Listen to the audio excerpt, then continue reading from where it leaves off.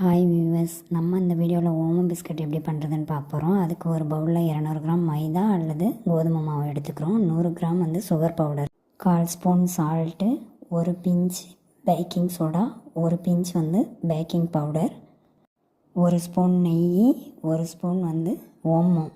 இதை கையிலையே நல்லா கசக்கி இந்த மாவில் அப்படியே தூண மாதிரி போட்டு அதுக்கப்புறம் இந்த மாவை எல்லாத்தையும் ஒன்றா மிக்ஸ் ஆகிற மாதிரி கையாலேயே கலந்து விட்டுக்கிறோம்.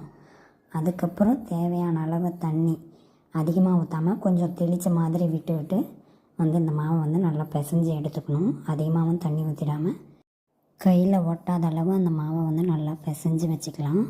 அதுக்கப்புறம் இதை ஒரு பிளேட் போட்டு மூடி ஒரு 15 மினிட்ஸ் வச்சுப்போம்.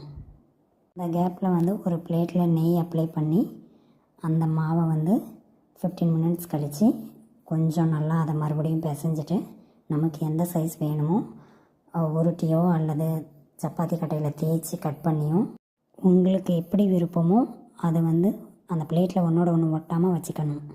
அதுக்கப்புறம் இட்லி பானையை ப்ரீ ஹீட் பண்ணி அந்த பிளேட்டை அதில் வச்சு ஒரு 30 மினிட்ஸ் லோ ஃப்ளேம்லேயே வச்சுப்போம். அதுக்கப்புறம் 30 மினிட்ஸ் கழித்து அதை செக் பண்ணும்போது நமக்கு அது வெந்திருக்கு. நல்லா நமக்கு தேவையான ஓமம் பிஸ்கட் ரெடி ஆகிடுச்சு. தேங்க்ஸ் ஃபார் வாட்சிங்.